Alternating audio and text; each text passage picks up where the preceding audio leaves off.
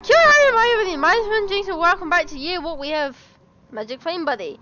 But also a crow took us and there was Night Raven. So I think we should read this first. Okay, so carrion birds were deeply linked with misfortune and death in Scandinavian folklore. The Night Raven, or something, was certainly no exception. The Night Raven was described as a large bird with sharp beak, sometimes with holes in its wings.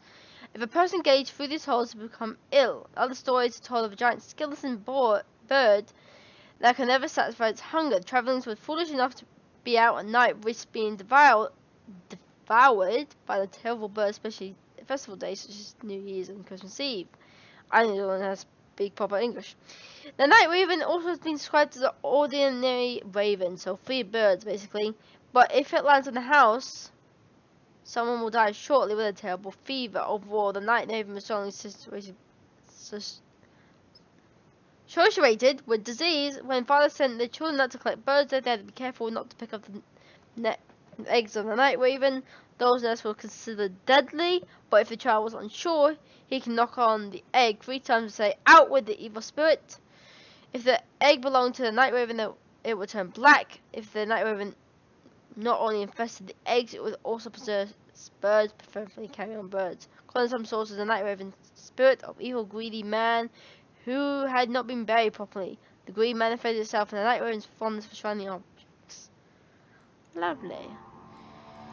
So we even stole a key, and it's not good, and we gotta find it. And we got flame.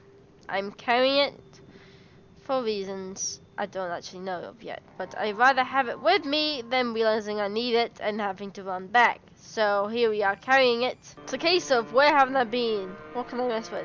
Here? No! The bunker! Because it's flames. Okay, put you down. I'm gonna check the map. I'm nearly there. Oh, awesome! Oh yeah, so the bunker was dark. And maybe because we got some light.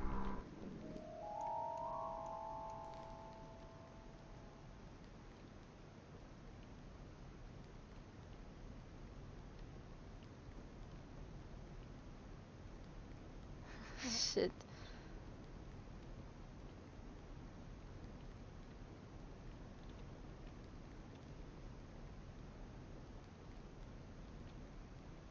Those are the creatures from the book.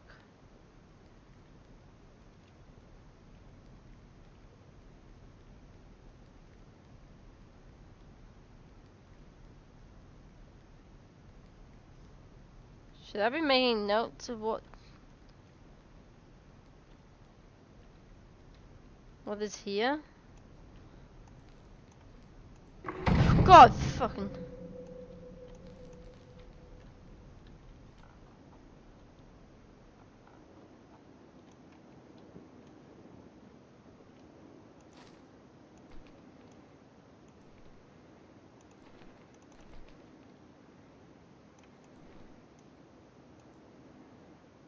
Don't know what I'm doing. Oh well, there we go. Okay, last little this guy. Okay, that's good. Some good news at least. Oh, there we go. Clicking on it.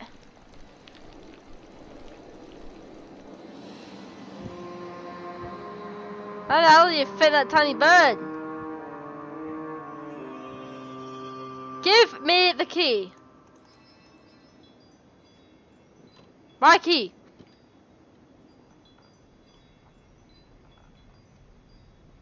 My magical key of light.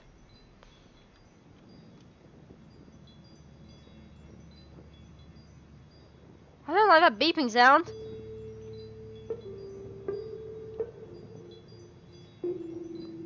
Anybody like getting out of this noise? Cause I'm hell yeah no. No creepy music while I'm doing this key. Anybody comes, they're gonna get kicked in the groin. Yeah, that's how keys and locks work.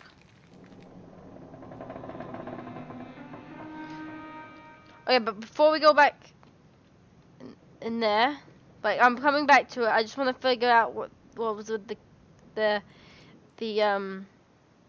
thing. The gate. I think I call it the gate. And I just want to grab it quickly because otherwise I forget and then everybody will be annoyed at me. There.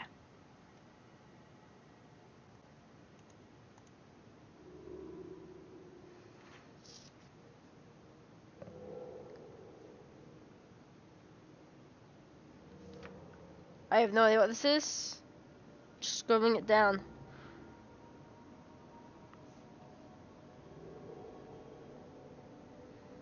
Does it mean 2 rights? Or is it just fancy? I'm running out of space! Oh, thank God, because I literally just ran out of paper. I don't know what that means, but thank you. Doesn't mean for me, is it? Can't walk twice. Left. Right, no, I can't do it for you. Wanna go forward, please? Forward. Let's go up here.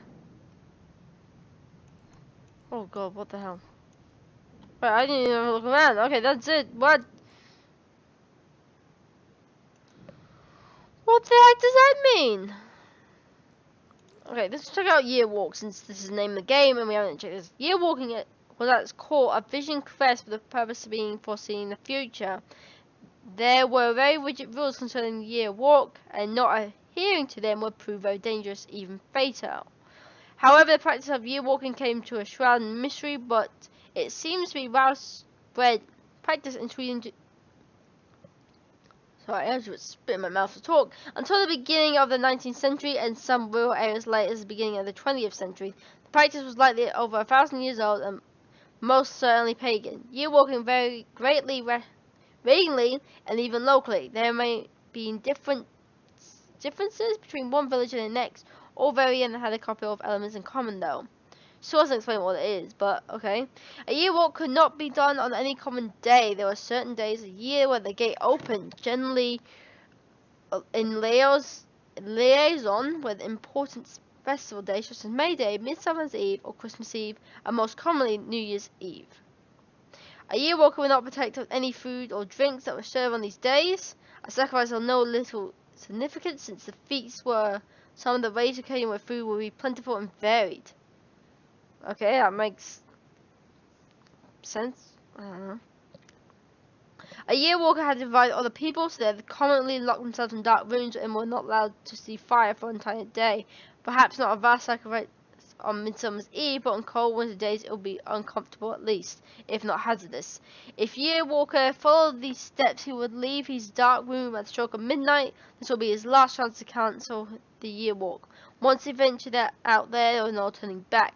Church was the final destination for a year walker. Is that what we're doing? Because we're heading to church. Like, behind the gravestones. On his way, he'll be technically encounter a number of supernatural creatures which is him to us, which will pose a threat physically, mentally, and spiritually. For year walker, made it to the ceremony, he'll walk around the church with an integral pattern. This will open the year walker's eyes to the future, but it'll also lure out the church grim. Having completed the year walker,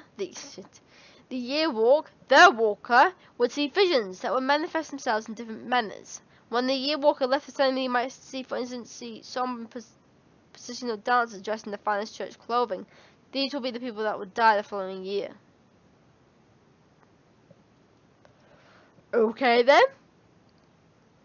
A recurring theme is, of course, the year walker must meet his own ghost who meets his own ghost on the road, and the story tells of how the walker would see newly dug graves. They'll play their great part too, so a walker would technically meet wedding positions or even turn weddings yet to come. One testimony from the late 20th century tells of a mental patient named Martin Nisson, who described his vision as otherworldly experiences. Before I saw what happened next year, I lived among the stars. I lived there for many lifetimes, it seems. What do I care for next year? Time's already ended. Today, the fact seems almost certainly forgotten.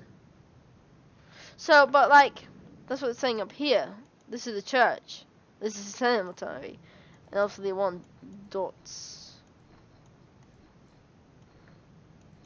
Maybe that's first and that's second. Oh, I was looking that would be first. That's second.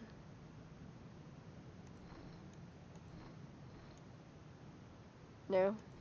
Can't be easy like that. So this is what we met before. The Hundred is known for playing a plague past in Norse mythology, which is likely an even older origin for the man who lives in the forest while in the fields.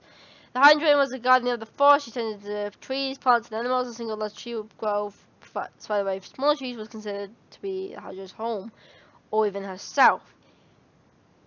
Yes, she will be a young, beautiful woman, but that's not a real prince, of course. She would inform a man with a beautiful song and lure him deeper and deeper in the forest. She would have wedded him or killed him. God damn it! This is like we should have read this in the beginning, and it would have showed so much hatred. She also helped those who were willing to offer her blood to her. This was dangerous, as a Hundred might drink the giver dry.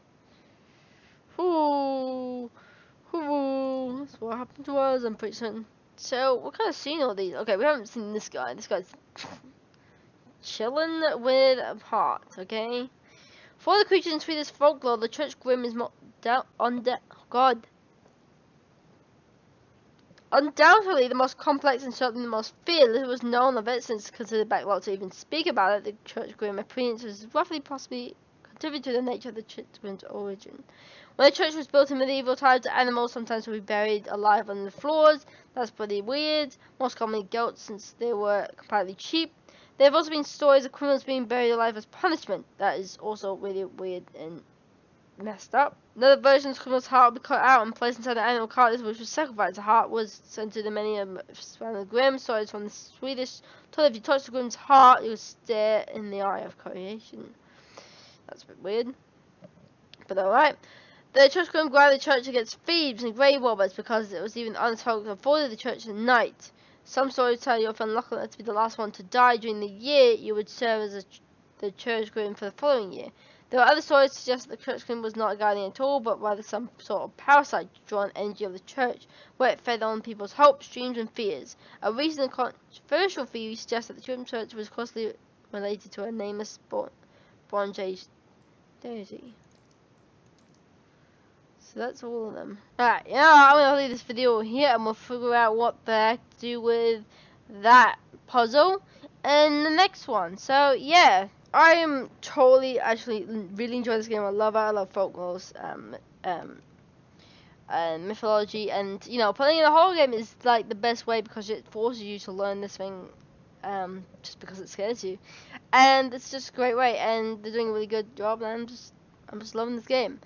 But anyway, that is it for this video, guys. I hope you have enjoyed it. If you have, why not subscribe for more awesome content?